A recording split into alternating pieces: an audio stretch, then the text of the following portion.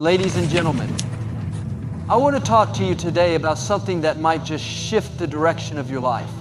It's a new season, it's a new year, it's 2025, and God didn't create you to be a doormat.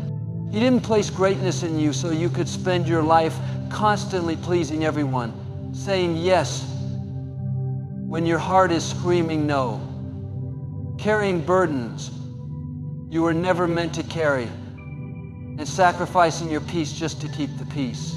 There's nothing wrong with being kind, but being too nice, always putting yourself last, letting people walk all over you, that's not humility, that's bondage.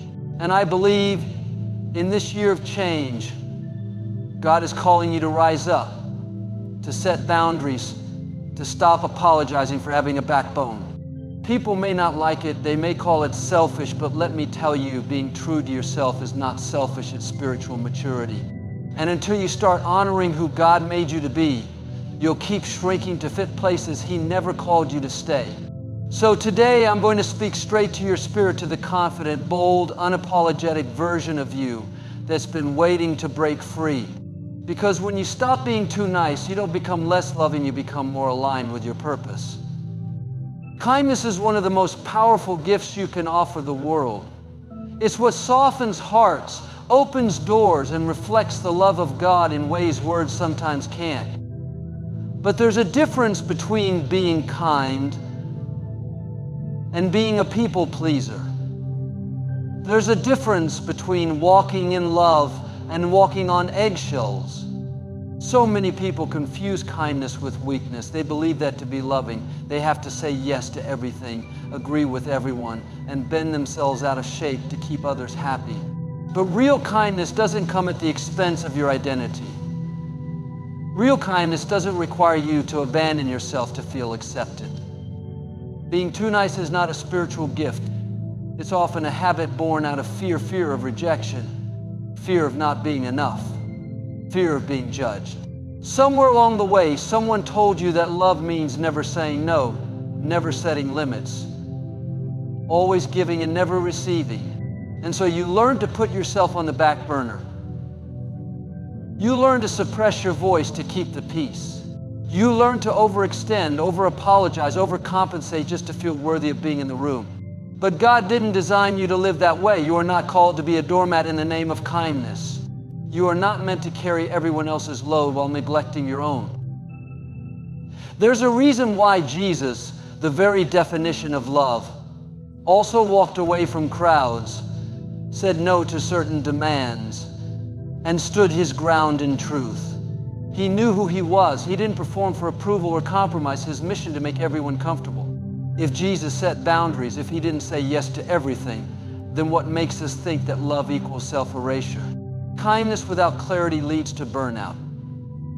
Kindness without courage leads to resentment. You begin doing things out of obligation, not joy. You start smiling on the outside while you're crumbling on the inside. That's not love. That's bondage dressed up as humility. Sometimes being too nice is really a mask. It's a way we avoid confrontation, avoid understood, avoid the discomfort of being honest. But let me tell you, truth is love. Honesty is a form of kindness. Telling someone what they want to hear while burying what you really feel is not compassion, it's compromise. And over time, that kind of life chips away at your self-worth. You begin to feel invisible, like your needs and voice don't matter. You wonder why you're exhausted, why you feel overlooked, why you're constantly drained. It's because you've built a life that looks peaceful on the outside, but is full of inner conflict. God didn't create you to live under that weight. He placed gifts, dreams, boundaries, and discernment inside you. You are allowed to speak up. You are allowed to take space. You are allowed to say no without guilt and love without losing yourself. Being kind doesn't mean being silent when something's not right. Being kind doesn't mean shrinking so others can feel tall. It means knowing your worth and still choosing to treat others with dignity. It means showing up in love while standing firm in truth. It means serving others without sacrificing your soul.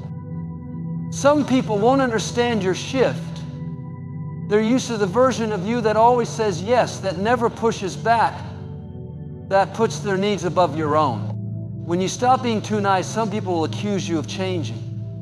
But change is not betrayal, it's growth. And you can't walk in your full calling if you're constantly catering to everyone else's expectations. The more you say yes to yourself, the more room you make for God's purpose to unfold. You stop living for applause and start living from alignment.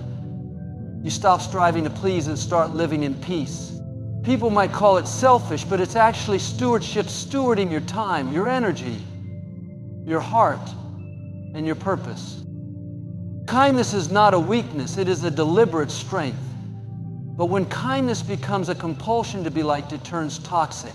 You're not being loving by abandoning yourself. You're not being holy by allowing others to cross your boundaries. Real love includes truth. Real kindness includes clarity. And the truth is, you were never created to be a background character in your own life. God placed light in you, and light was never meant to hide. When you stop being too nice and start being authentic, you don't push people away, you invite the right ones closer. You start to attract relationships built on mutual respect, not silent expectation. You begin to see that honoring yourself is not in conflict with honoring God. It's actually a reflection of it. You teach others how to treat you by what you tolerate.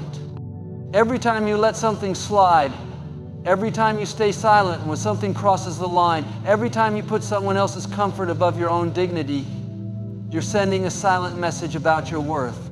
People aren't mind readers, they respond to the cues you give them. And if your cue is it's okay to disrespect me or it's okay to ignore my boundaries, then they will continue to do just that.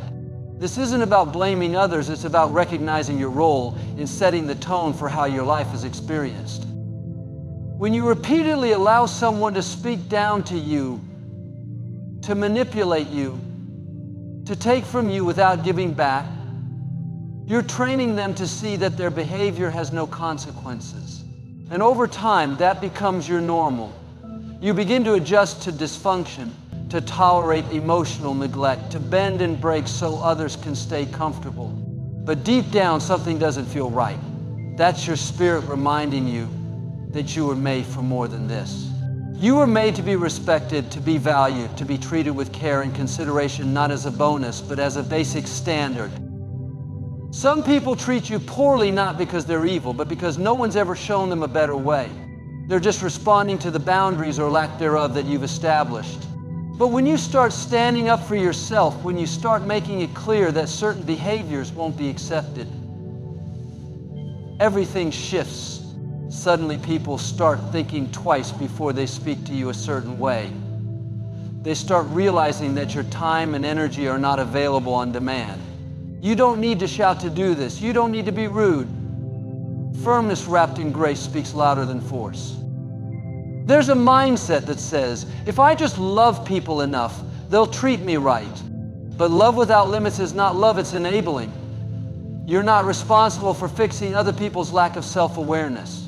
You're not called to be someone's emotional punching bag just because they had a hard day or a hard childhood. You are responsible for how you let people treat you. And if you don't respect yourself enough to set a boundary, don't be surprised when others don't respect you either. Sometimes we tolerate things because we're afraid. Afraid of being alone. Afraid of losing a relationship. Afraid of being labeled as difficult or cold. But nothing good grows in fear. Love can't thrive where fear is the foundation. Relationships built on tolerance instead of truth eventually collapse. You start hiding your real feelings just to keep the peace. You start walking on eggshells because you're afraid of offending someone. And eventually you lose yourself in the process.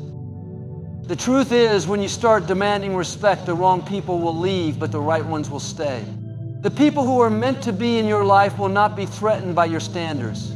They'll rise to meet them because they recognize that respect is not a burden, it's a bridge. It's what makes love safe. It's what makes connection real. And if someone walks away because you ask to be treated better, let them. You're not losing love, you're losing a lie. You don't have to apologize for expecting to be treated with kindness. You don't have to downplay your needs to make others feel superior. Your standards are not too high just because someone refuses to grow. You deserve to be spoken to with dignity. You deserve relationships that feel safe, not strained. And the more you tolerate disrespect, the more you teach people that they can dishonor you without consequence. But when you stop tolerating less, you stop teaching others that you're okay with less. This doesn't mean you cut everyone off or become hardened. It means you love yourself enough to protect your peace. It means you honor the value God placed inside of you. You are not here to prove your worth through endless sacrifices. You are not here to beg for what should be freely given. Your presence is a gift, your time is valuable, and your heart is not disposable. If someone can't see that, it's not your job to convince them. It's your job to remember it. The way you allow people to speak to you, to treat you, to show up in your life becomes the blueprint for how they continue to behave. And the longer you stay silent, the more that behavior solidifies. But the moment you decide to shift, everything around you begins to shift too. You are not powerless in this process. You are not at the mercy of how others act. You have the authority to draw the line, to raise the standard, to rewrite the rules of engagement in your life. God didn't create you to be used. He created you to be valued. There's a big difference between serving others from a place of love and allowing yourself to be drained in the name of loyalty. Too many people live their lives trying to prove they are good enough by constantly showing up for others, fixing their messes, carrying their burdens, and saying yes to things that strip them of joy and energy. But just because you have a servant's heart doesn't mean you were created to live in servitude to everyone's demands. You weren't put on this earth just to meet everyone else's needs while yours go unmet. Value is about recognition. It's about understanding that your time, your presence, your voice, your emotions, they matter. When something is valuable, it's treated with care, with intention, with respect. Think about how people treat priceless objects. They don't toss them around. They don't leave them exposed. They protect them, guard them, handle them with reverence. That's how your life should be approached, not as something disposable, but as something divine. God breathed His own Spirit into you. That means you carry something sacred, something irreplaceable. And when you forget your value, you open the door to relationships and situations that diminish your worth. There are people who will gladly take advantage of your kindness if you let them. They'll keep withdrawing from your emotional bank account while never making a single deposit. They'll expect you to always be available, always understanding, always forgiving, even when their actions show no desire to change. But you are not God. You're not called to be everything to everyone. Even Jesus stepped away from the crowd. Even He retreated to quiet places, not because He didn't love people, but because He understood that value must be preserved. He didn't allow the needs of others to override the mission He was sent for. When you live with a deep sense of your God-given value, you stop allowing people to manipulate you with guilt. You stop believing that love means staying quiet about your pain. You stop overextending yourself just to feel seen. Being used often disguises itself as being needed. But there's a difference. When someone values you, they won't just want what you can do, they'll cherish who you are. They won't just call you when they're in trouble or lonely or in need of something. They'll invest in the relationship, honor your time, and show up for you too. You were not created to pour and pour until you have nothing left. You were created to live from overflow, not exhaustion. That means you can't keep giving to people who only see your kindness as an opportunity. You have to learn to say no without guilt, to walk away without explanation, and to protect your peace, even if it costs you temporary approval. That's not selfish, that's stewardship. Stewarding your emotional health, your energy, your purpose, and your boundaries is part of honoring what God has given you. Too many people stay stuck in cycles of toxic giving because they believe that's what good people do. But being good doesn't mean being gullible. Being kind doesn't mean being careless with your time and heart. You are meant to be a light, not a landing pad for people who refuse to grow. And when you value yourself the way God does, You attract people who reflect that same honor. You start to draw in relationships built on mutual respect, on shared responsibility, on truth, not transactions. You are more than your usefulness. Your worth doesn't come from what you produce or how many people you please. It comes from who created you. The world may try to measure your value based on your performance, your availability, your sacrifices, but God already called you worthy before you did a single thing. You don't have to earn what you already are. When you really understand that, stop allowing people to use your fear of being alone against you. You stop proving your loyalty to people who wouldn't even show up if the roles were reversed. You have to believe that your value is not negotiable. It doesn't rise or fall based on who validates it. It is set, fixed, and established by the one who formed you. And when you move through life with that awareness, everything starts to shift. You begin to make different choices.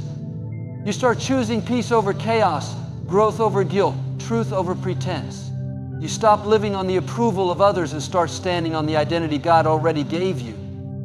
Saying no isn't rejection, it's protection. So many people struggle with the word no because they've been conditioned to believe it's negative, that it pushes people away, that it causes disappointment. But the truth is, every time you say yes to something that violates your peace, you're saying no to yourself. Every time you agree to something out of guilt or fear, you're stepping out of alignment with your purpose. You weren't created to live your life trying to be everything to everyone. You weren't designed to sacrifice your own well-being just to keep others satisfied. There is power in your no. There is freedom in your no. There is divine clarity in your no. We live in a world that glorifies hustle, overcommitment, and performance.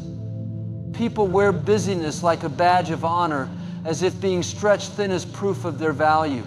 But constantly saying yes doesn't make you more valuable, it makes you more vulnerable.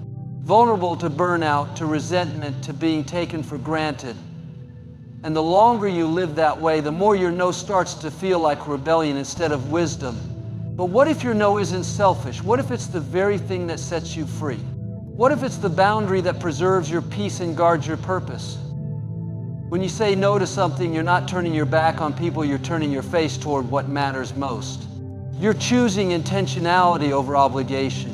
You're making room for the things God actually called you to do, instead of being buried under the weight of everyone else's expectations. That doesn't make you cold. That makes you focused, because the truth is, every yes is a trade-off.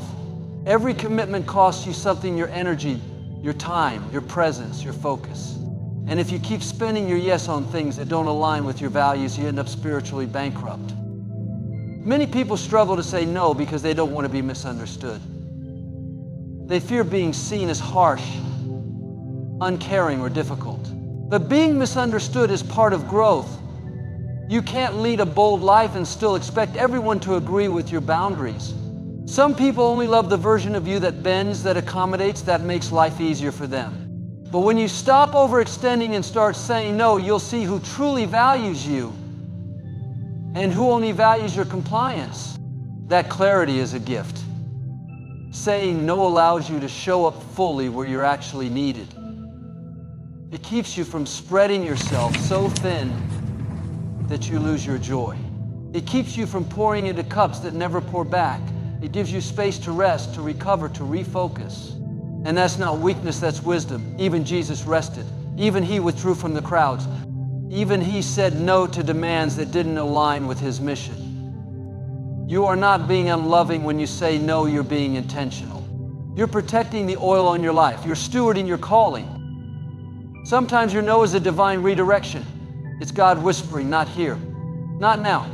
I have something better. But if you're too afraid of disappointing others, you'll miss what's actually meant for you. People might not like your no, but you weren't called to live for their comfort. You were called to live in truth. And truth requires courage. Courage to say, I can't commit to that right now. Courage to say, that's not a fit for me. Courage to say, I need to protect my time, my health, my heart.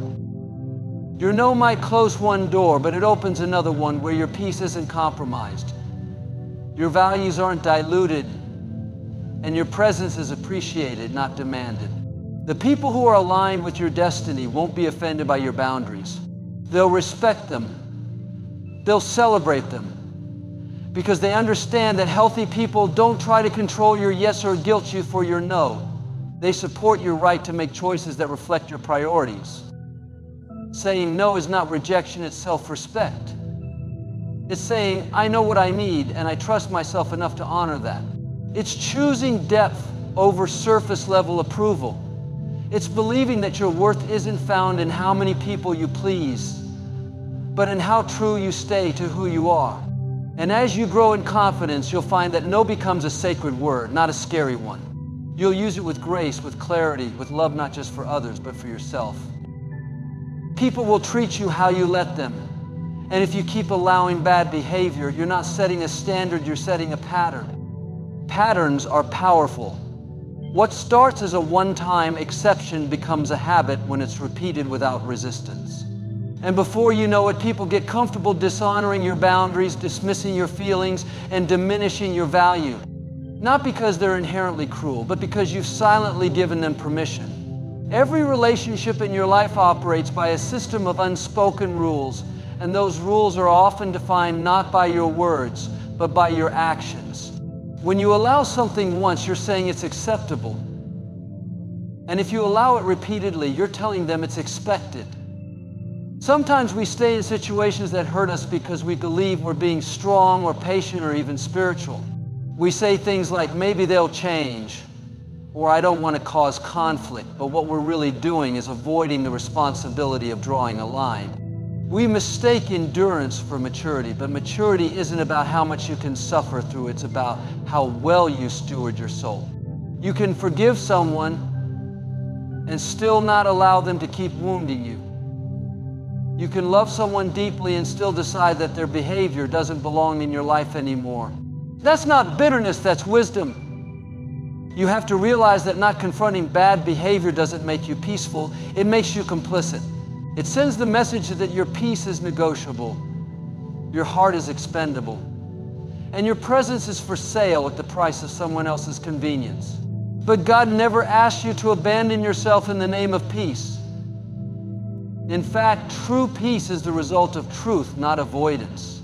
The more you tolerate dysfunction, the more it will define your life.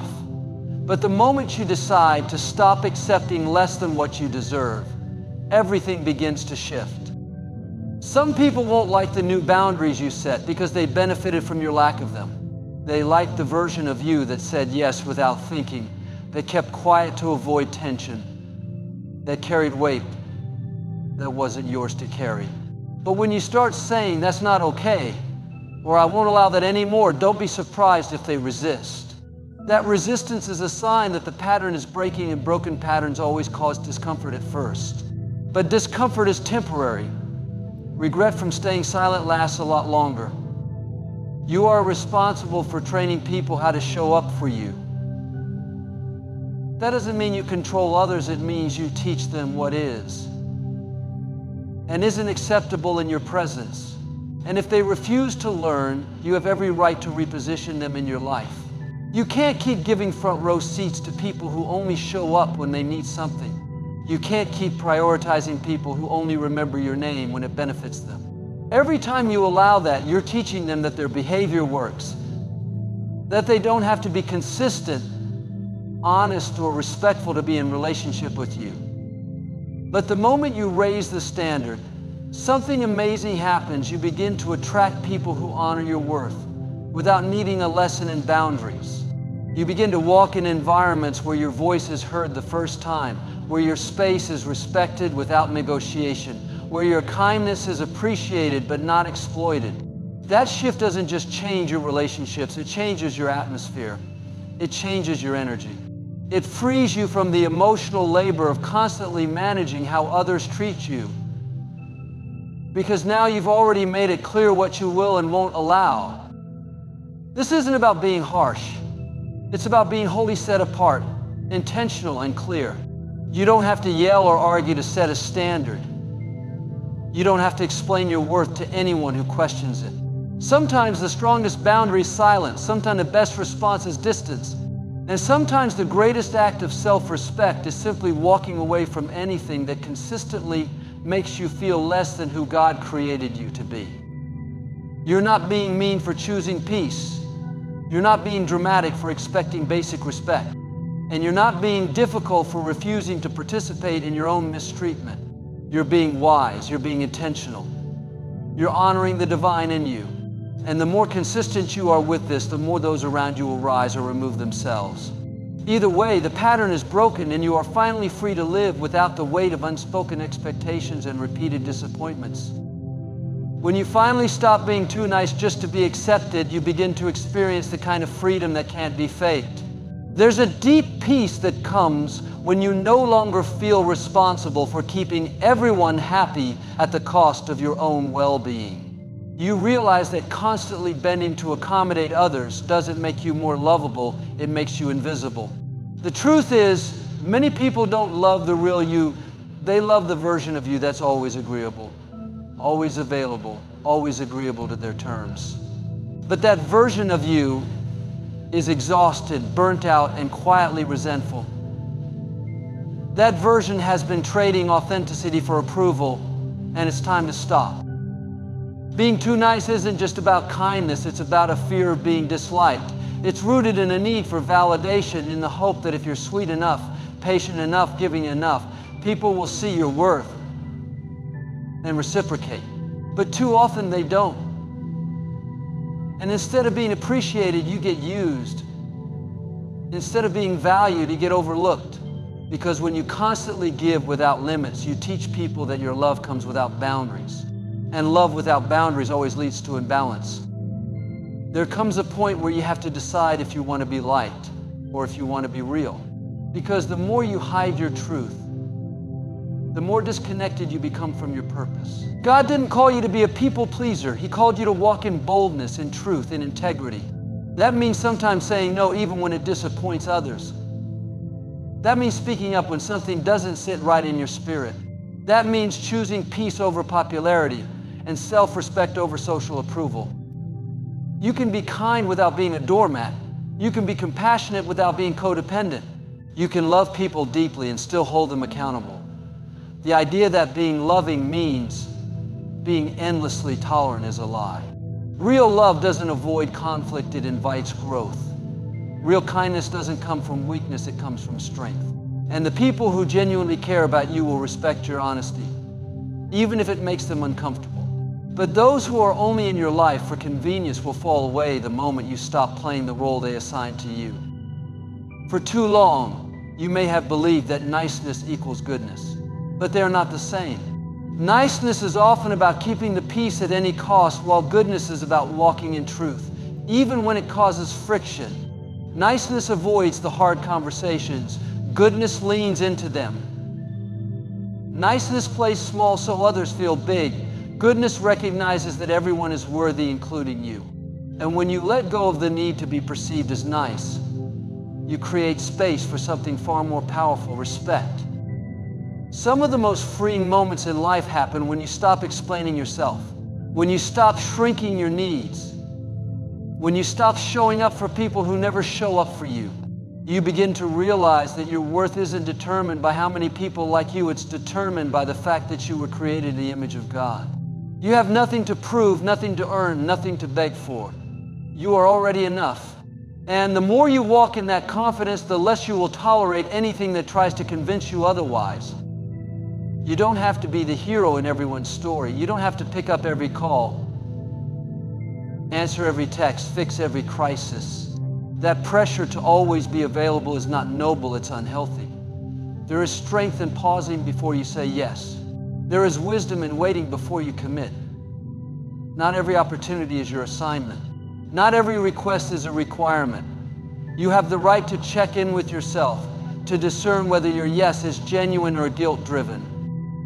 People may not understand your shift. They may say you've changed, and they'll be right. You're not abandoning love, you're redefining it. You're loving yourself enough to say, I matter too.